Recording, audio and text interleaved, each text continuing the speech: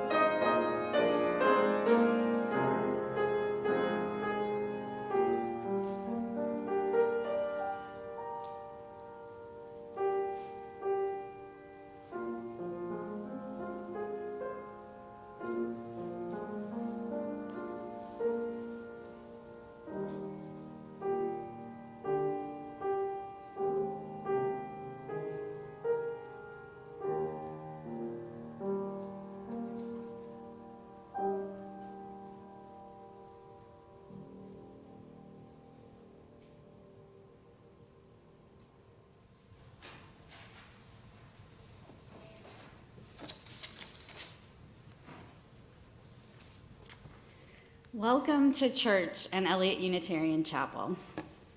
I'm sort of a jack of all trades this morning, I guess. I'm going to be your liturgist and your preacher and your storyteller. And I'm also a lay leader here and a member at Eliot Chapel. My name is Amy Stark. I'm honored to be with you all today and welcome to both those here and online. If you are new to us, we are an intentional community whose shared work is to welcome all races, all genders, all sexual orientations.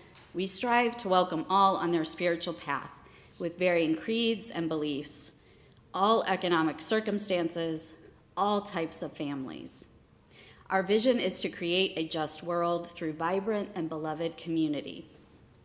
If you'd like to connect with us and learn more about Unitarian Universalism and our congregation, please write to us at welcome@eliotchapel.org. We are still meeting for coffee hour by Zoom, I think, right? Yes, okay. Please join us after the service on Zoom, and the link is in our mailing list information. Our opening words today are from Erica Hewitt. The word courage comes from the Latin cor, which means heart. The original use of the word courage meant to stand by one's core. To encourage means to hearten, to impart strength and confidence. This is our work as a religious community, to encourage one another, to be bold in engaging the world around us, as well as what scares us internally, to give one another the confidence and heart to live as fully as possible. Come, let us worship and encourage together. And our chalice lighter this morning is Nick, and our words come from Judith Quarles. There we go. At this hour, in small towns and big cities, in single rooms and ornate sanctuaries, in front of computers, many of our sibling Unitarian Universalists are also lighting a flaming chalice. As we light our chalice today, let us remember that we are part of a great community of faith. May this dancing flame inspire us to fill our lives with the Unitarian Universalism ideas of love, justice, and truth. Please rise in body or in spirit for our opening hymn, number 168, One More Step, and the lyrics are on the back of your order of service.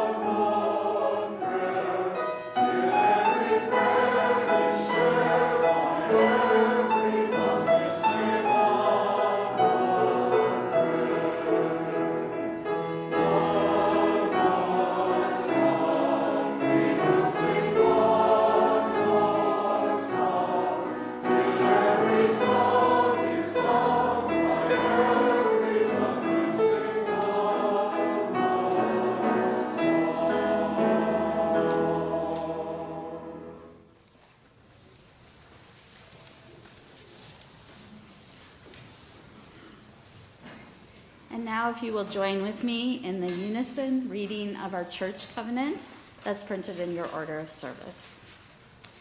As a free congregation, we promise to one another our mutual trust and support to create beloved community We promise to be kinder to each other than we have to be, to listen fully to each other with an open mind and heart, to speak responsibly and respectfully, to find ways to improve our church for all members and friends.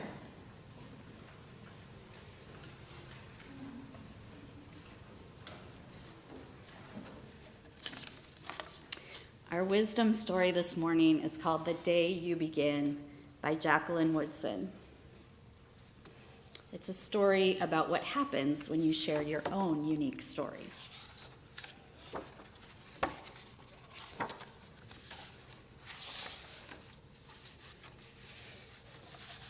There will be times when you walk into a room and no one there is quite like you.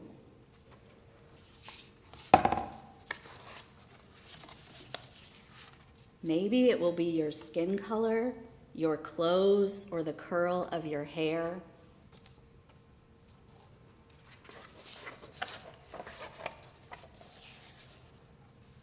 There will be times when no one understands the way words curl from your mouth. The beautiful language of the country you left behind. My name is Rigoberto. We just moved here from Venezuela. And because they don't understand, the classroom will fill with laughter until the teacher quiets everyone. Rigoberto from Venezuela, your teacher says so soft and beautifully that your name and homeland sound like flowers blooming, the bright notes of a song.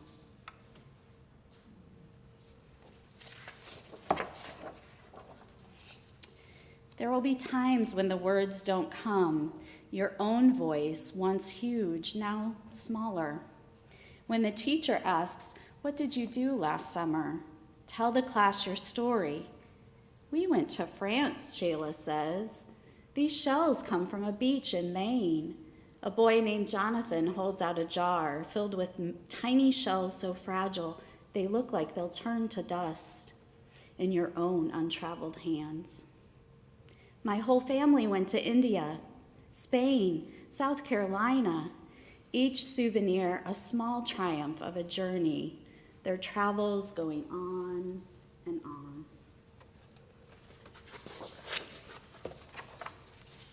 And as you stand in front of that room, you can only remember how the heat waved as it lifted off the curb, and your days spent at home caring for your little sister, who made you laugh out loud and hugged you so hard at nap time. You can only remember the books you kept on reading long after she had fallen asleep. And in that room where no one else is quite like you, you'll look down at your own empty hands and wonder, what good is this when others were flying and sailing and going somewhere? There will be times when the lunch your mother packed for you is too strange or unfamiliar for others to love as you do.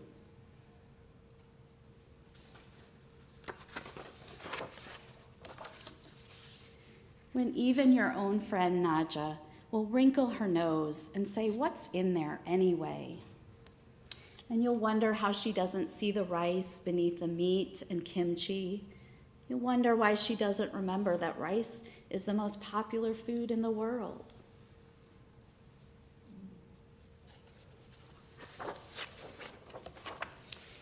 There will be times when climbing bars are too high, the run is too fast and too far. The game isn't the one you can ever really play. I don't want him on our team. You can watch. Maybe you can have a turn later. There will be times when the world feels like a place that you're standing all the way outside of.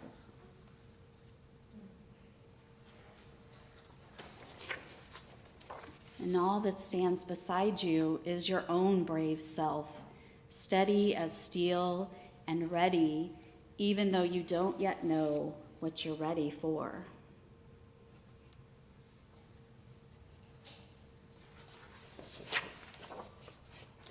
There will be times when you walk into a room and no one there is quite like you until the day you begin to share your stories. My name is Angelina, and I spent the whole summer with my little sister. You tell the class, your voice stronger than it was a minute ago, reading books and telling stories. And even though we were right on our block, it was like we got to go everywhere.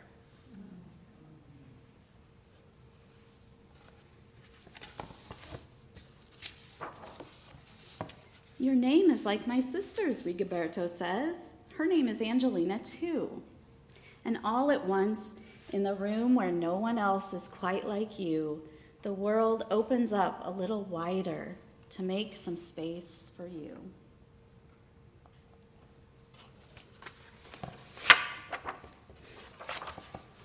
This is the day you begin to find the places inside your laughter and your lunches, your books, your travel, and your stories, where every new friend has something a little like you and something else so fabulously not quite like you at all.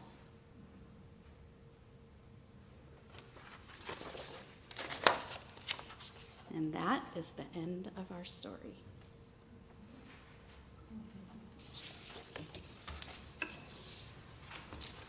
Okay, we're going to sing the children out. The words are printed in your order of service.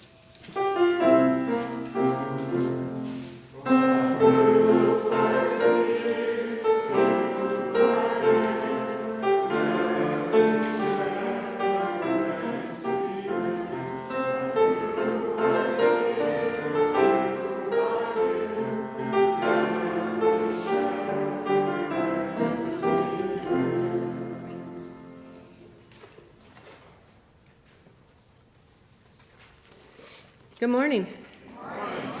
My name's Mary Myhouse, and I'm proud to be a member of Eliot Unitarian Chapel. In 1986, my husband Bob and I searched for a church that was a better fit for our values.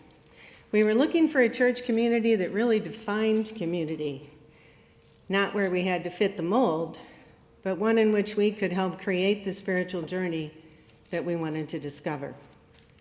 We found Eliot,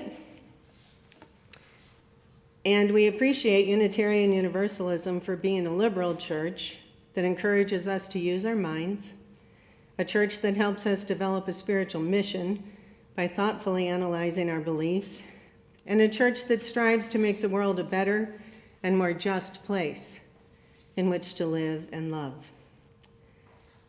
Eliot Chapel has offered me a wide variety of opportunities to engage in true community.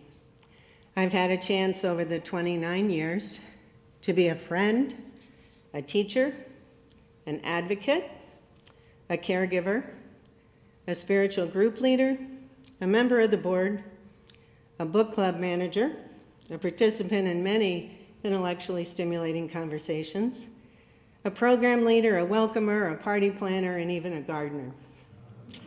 We've both volunteered our time and skills in a way that supports the people and the structure of Eliot Chapel. Some years we've had more time to give than other years. The one solid, consistent, never wavering way that we have dedicated our support has been financially.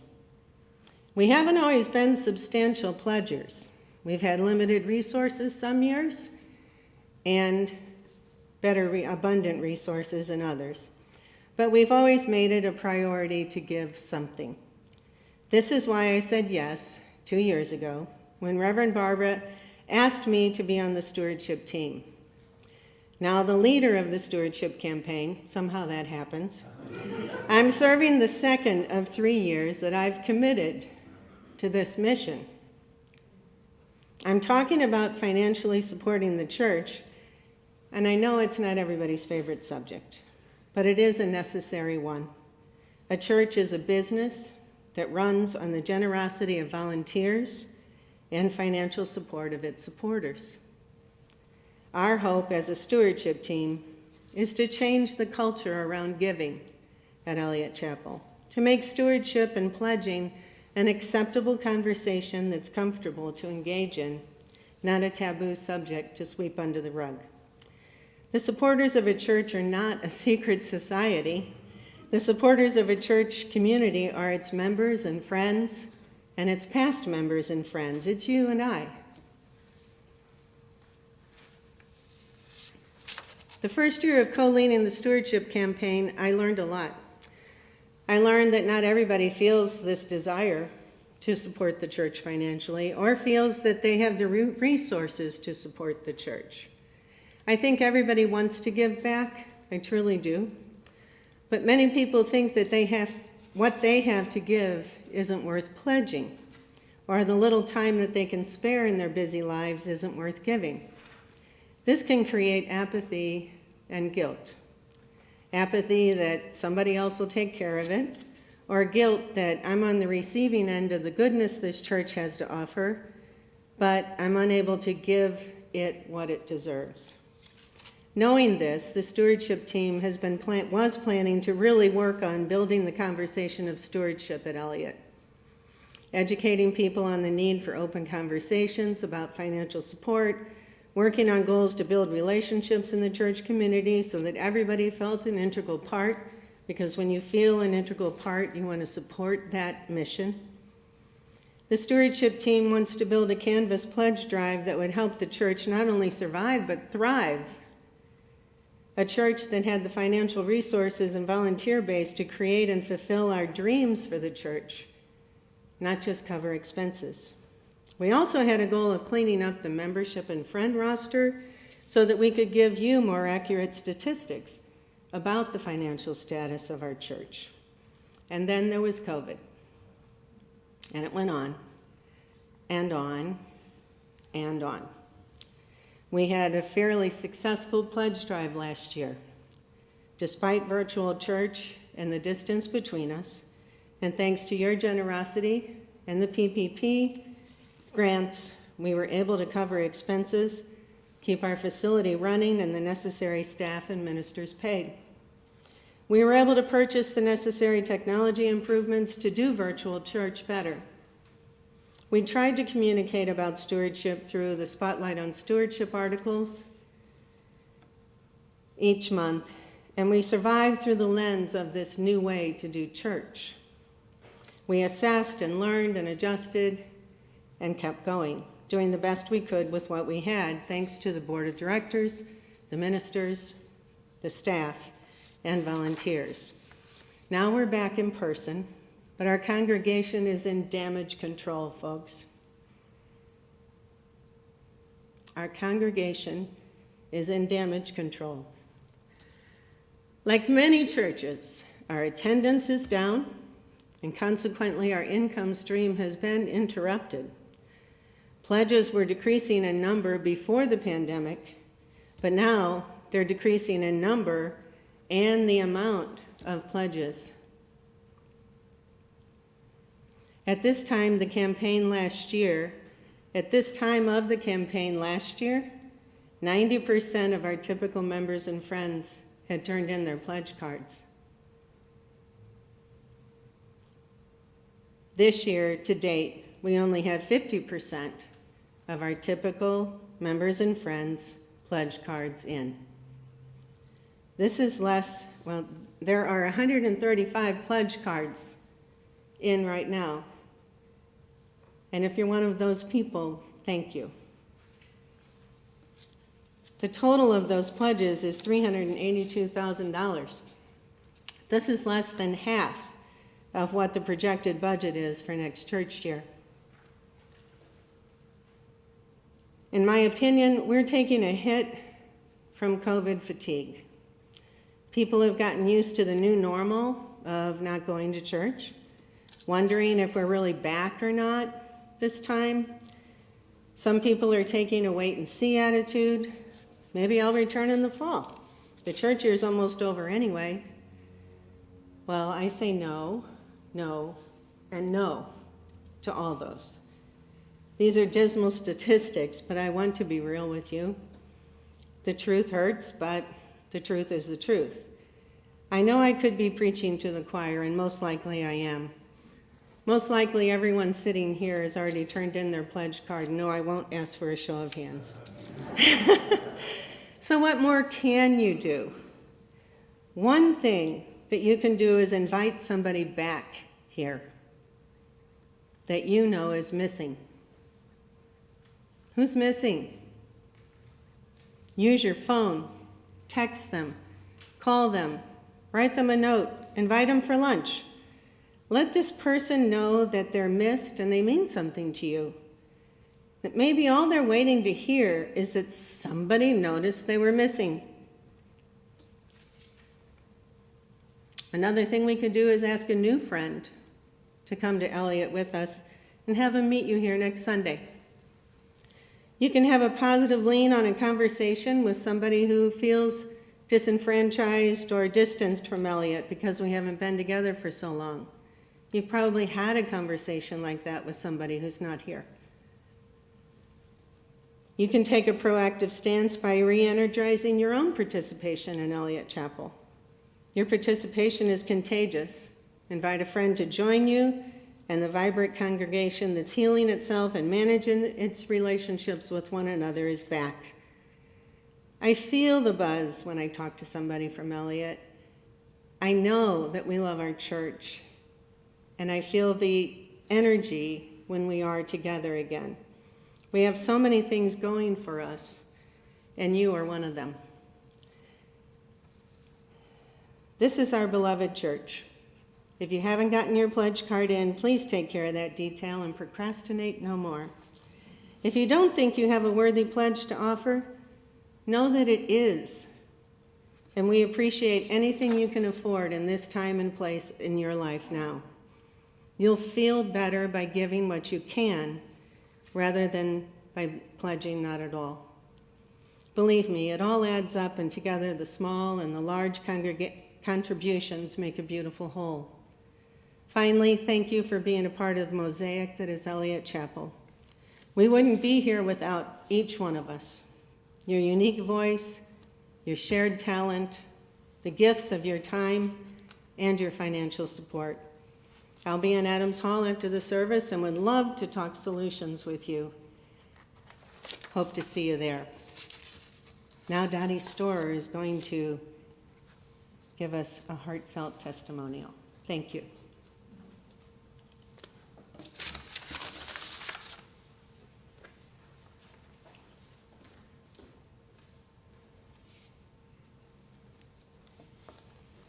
Hi. My name is Dottie Storer. I am not the same person I was when I joined Eliot Chapel, and much of that growth is due to Eliot. I've grown spiritually and personally in my understanding of racial equity and in my involvement in witness and activism for justice. Eliot inspires and challenges me in worship services, adult education classes, all reads, and Zoom coffee hour discussions. Eliot is not only my church, but also my extended family. My husband Dave and I do not have family in the area, so we choose the Eliot community as our extended family.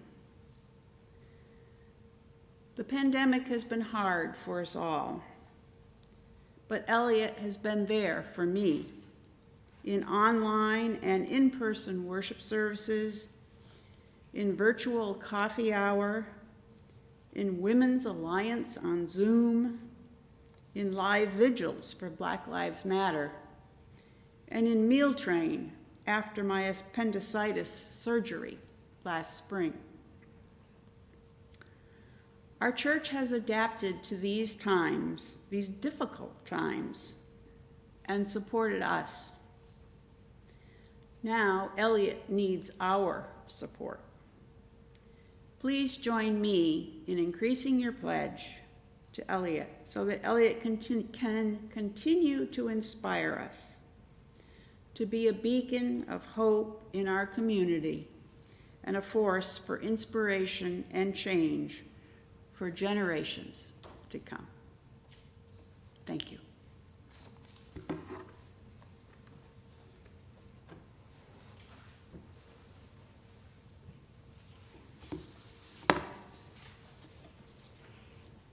Please join with me in the spirit of prayer and meditation. Plant your feet on the floor if you're able. Straighten your spine if you choose. And follow the breath of life inside you as you listen to this blessing from Jan Richardson. To all that is chaotic in us, let there come silence. Let there be a calming of the clamoring, a stilling of the voices that have laid their claim on us, that have made their home in us, that go with us even to the holy places, but will not let us rest, will not let us hear our lives with wholeness and feel the grace that fashioned us. Let what distracts us cease. Let what divides us cease. Let there come an end to what diminishes and demeans, and let depart all that keeps us in its cage. Let there be an opening into the quiet that lies beneath the chaos, where we find the peace we did not think possible and see what shimmers within the storm. May we dwell in silence together for a moment.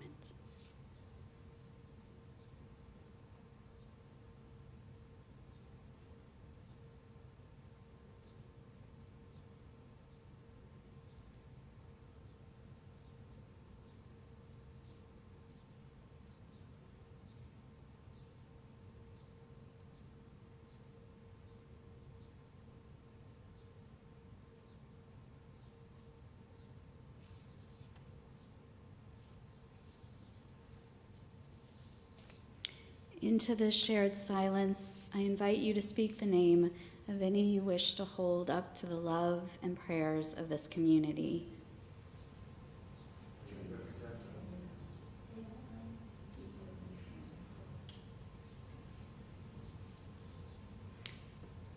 To these and all those who could not be named, we hold in our hearts. May it be so. Amen. You may stay seated and sing with me, Spirit of Life, number 112. It's printed on the back of your order of service.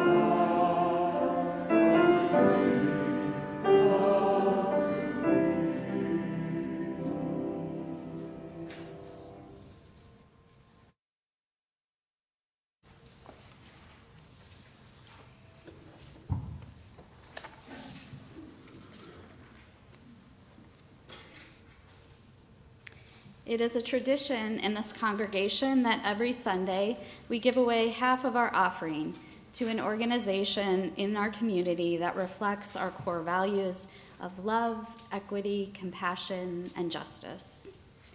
Today, we are giving our offering to the Providence Aid Association for the Unitarian Church of Hungary, which is helping with humanitarian aid to the refugees from the war in Ukraine. There are many ways to give. You can give by text 73256 with the message Eliot Shared Plate, all one word, with the amount you want to give. You can also send a check with shared plate in the memo line, or you can give on our website, eliotchapel.org. Let us be a generous people. Let us give and receive this morning's offering.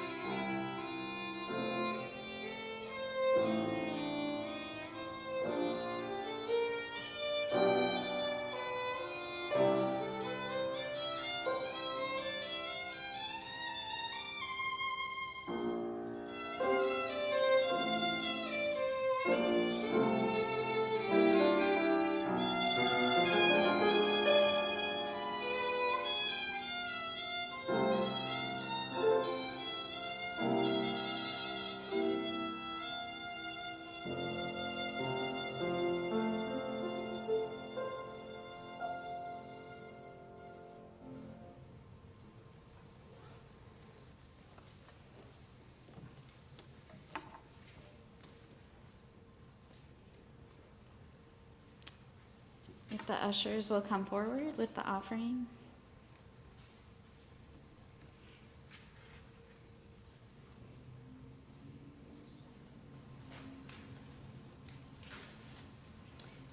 Please join with me in the unison dedication of our offering printed in your order of service. To the work of the church, which is weaving a tapestry of love and action, we dedicate our lives, and these are offerings.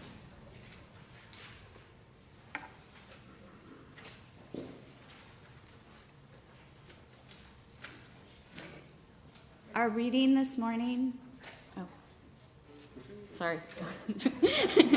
Our reading this morning is by Mary Oliver, The Journey. One day you finally knew what you had to do and began. Though the voices around you kept shouting their bad advice, though the whole house began to tremble and you felt the old tug at your ankles, Mend my life, each voice cried. But you didn't stop. You knew what you had to do. Though the wind pried with its stiff fingers at the very foundations, though their melancholy was terrible. It was already late enough, and a wild night, and the road full of fallen branches and stones.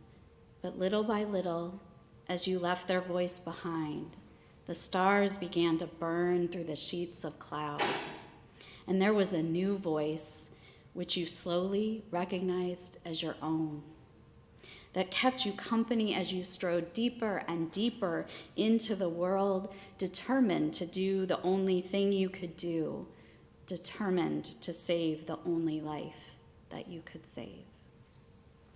Here ends the reading.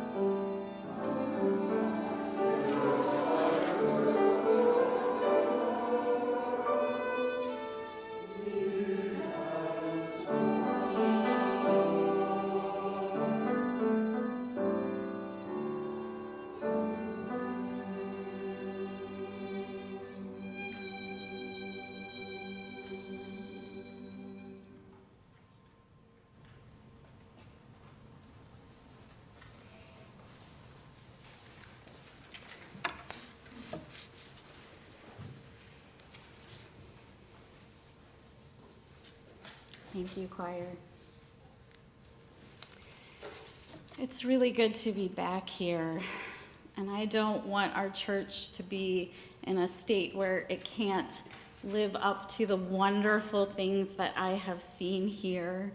And I'm so grateful to Mary and to Dottie for sharing their stories, because I have my own Eliot story, and I want us to just live on and on and on. So please give. Also, I don't want our life here on this planet to suffer. I don't want this war in Europe as it continues to shadow our doors this month. It feels difficult to celebrate much of anything. Many weeks back, when I was asked to preach for you all on Women's History Month, I felt the hope of spring around the bend, and I was thrilled to speak about the many lives of women who have transformed us. But this last month, even with buds beginning to bloom, it's difficult to envision spring.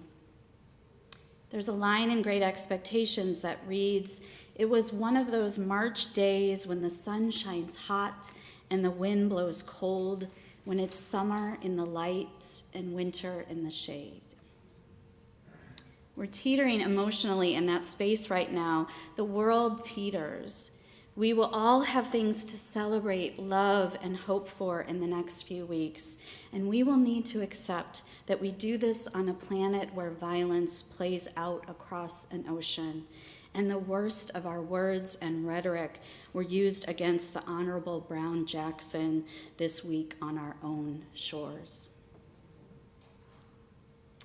With this in mind, I turn to an accidental author, a woman who wrote a book that is in almost every high school curriculum. Not famous for her style or prose, she is known for the tragedy and hope that framed her life, Anne Frank. She is, of course, the young woman who was sheltered in an annex in a home in the Netherlands during World War II to protect her family from the Nazi regime that occupied the land. She kept a diary in that time, full of wartime news, but most importantly, full of Anne's hopes, wishes, feelings, insecurities, and fears. She wrote in that diary on April 5th, 1944, "No one who doesn't write can know how fine it is. And I don't have the talent, if I don't have the talent to write for newspapers or books, well, then I can always go on writing for myself." How little she knew about how important her words would become for not only herself, but us all.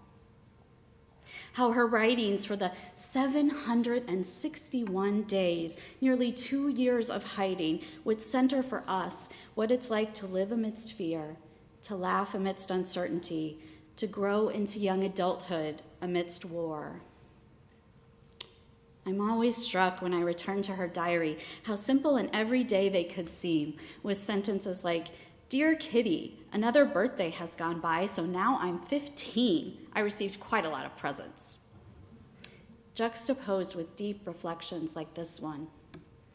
Why should millions be spent daily on the war, and yet there's not a penny available for medical service, artists, or for poor people?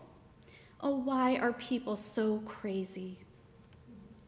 No matter what she was pondering, Anne filled those pages with her story that became history, or herstory.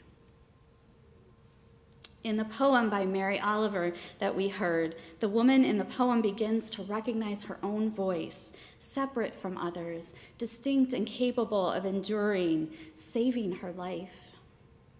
Oliver walks away from a beaten-down home, representing, I think, trauma, pain, or the forces of white supremacy, patriarchy, all the other isms that hide and manipulate the truth. Anne never got to walk away from those forces. She died because of them. But her words rise out of that house each time the pages of her book are turned in a library, a high school classroom, or the bedside of some other 13-year-old with a fresh new diary of her own. As Toni Morrison says, narrative is radical. She said this in the 1993 lecture she gave for her Nobel Prize in Literature. It's a mesmerizing speech, blending the moral of a folk story with the metaphors of language. Here's a rather long excerpt where she says this line. I hope you don't mind, but why would you? It's Toni Morrison. Stop thinking about saving your face. Think of our lives and tell us your particularized world. Make up a story. Narrative is radical, creating us at the very moment it is being created. We will not blame you if your reach exceeds your grasp. If your love so ignites the words, they go down in flames and nothing is left but their scald.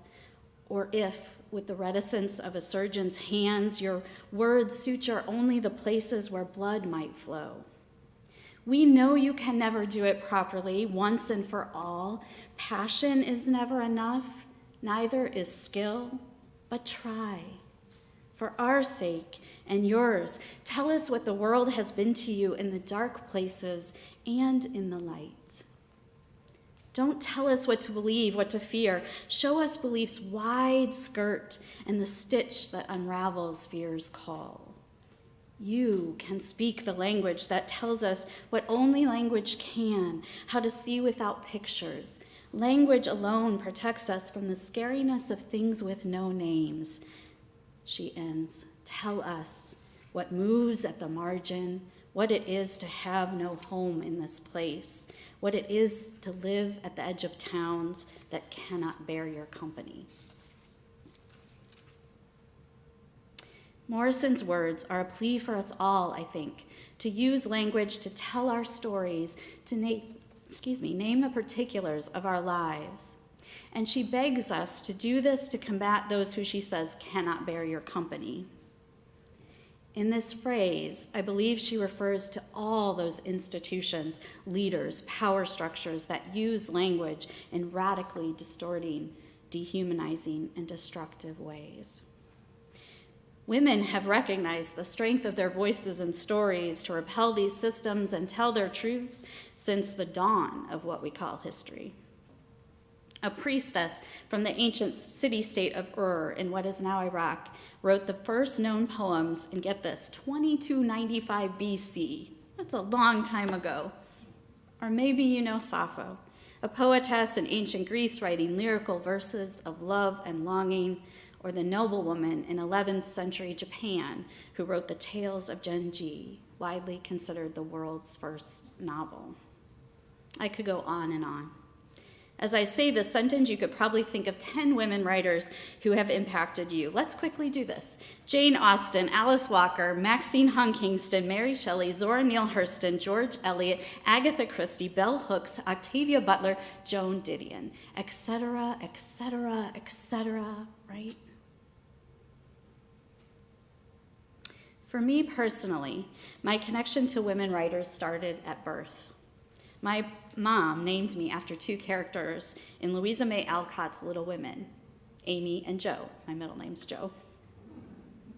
Little Women is a classic tale of sisterhood, coming of age, and living at the margins of a male-dominated society, wherein, like Anne Frank, war marches in the background of their lives. In 1860s New England, each sister came to see the restrictions and the wonders of womanhood. Through the March women's lives, millions of young women and people of all sorts have been inspired to go their own way, reject societal norms and limitations, to care, to grieve, and to see themselves in that story or through that story. The author Monique Trong, a Vietnam War refugee who came to the U.S. in 1975, is one of those women who found herself in Alcott's world. Trong, who is a shy girl in childhood, was lost in a sea of new experiences and awakening, unfortunately, to the nightmare as a refugee here, where she was taunted at school, bullied for her race. She writes, "Every day was a barrage of words lobbed against me. All of a sudden, I was a monster. I was something to be despised and hated."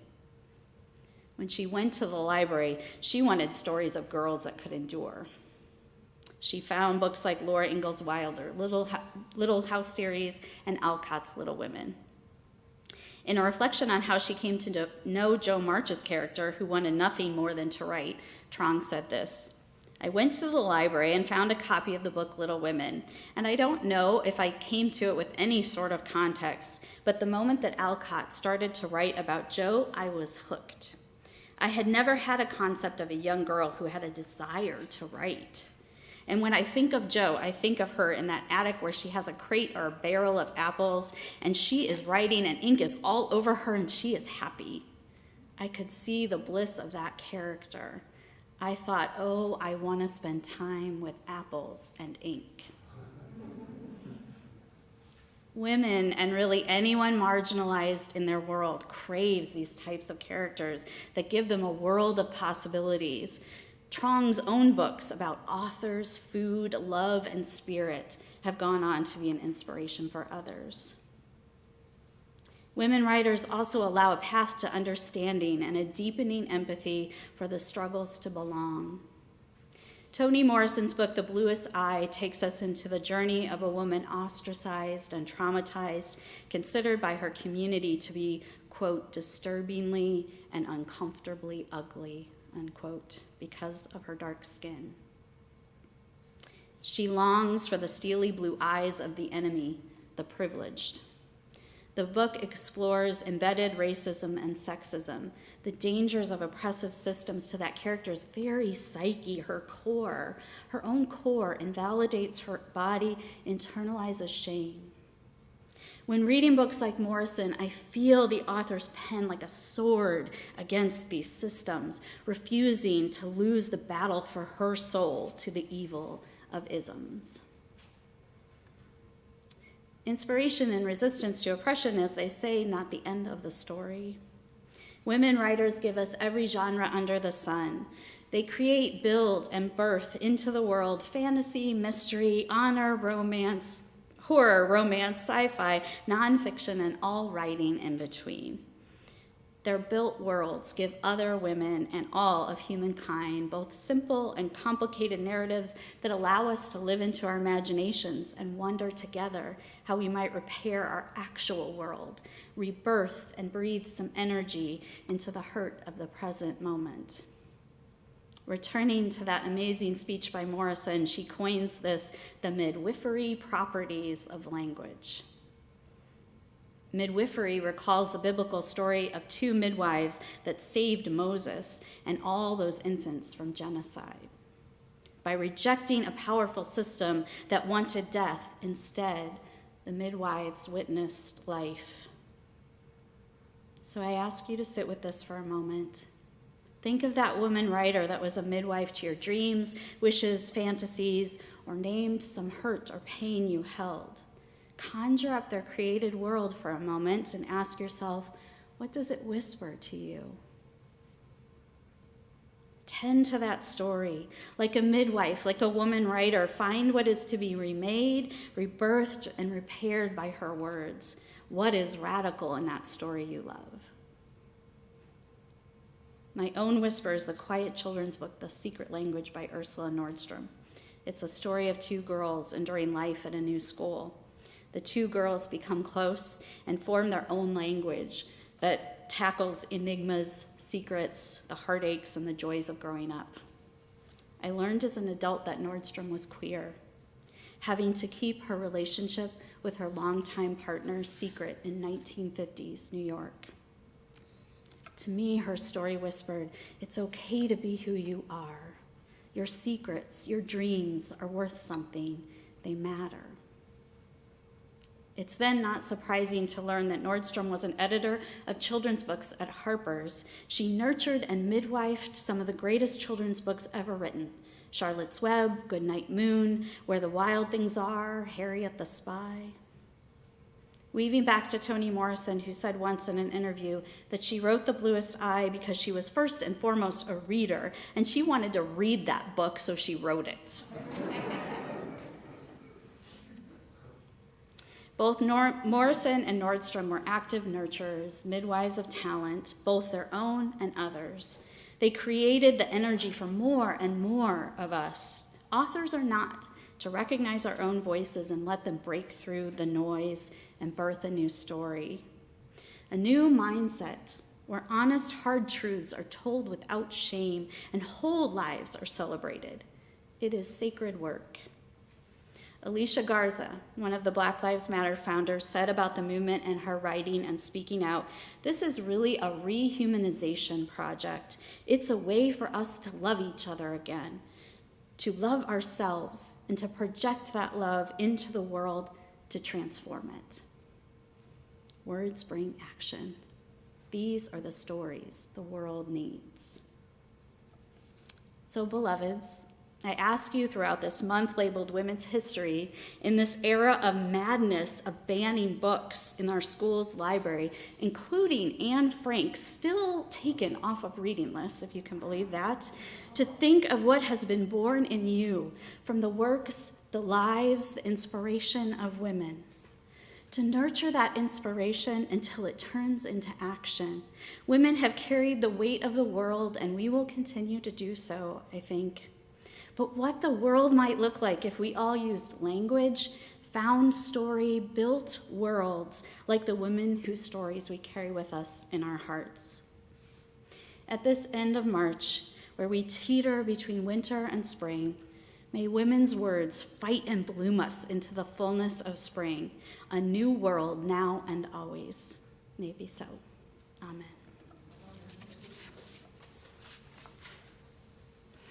Please join with me. Rise in body or in spirit for our closing hymn. When our heart is in a holy place, it's printed in your order of service.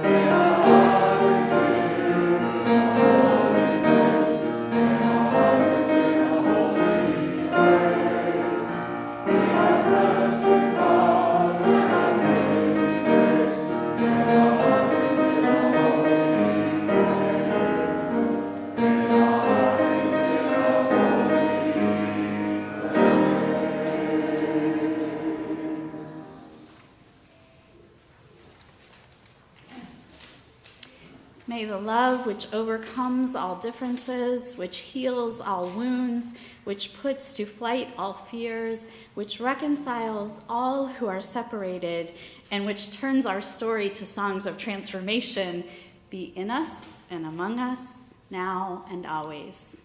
Amen. Please be seated for our postlude.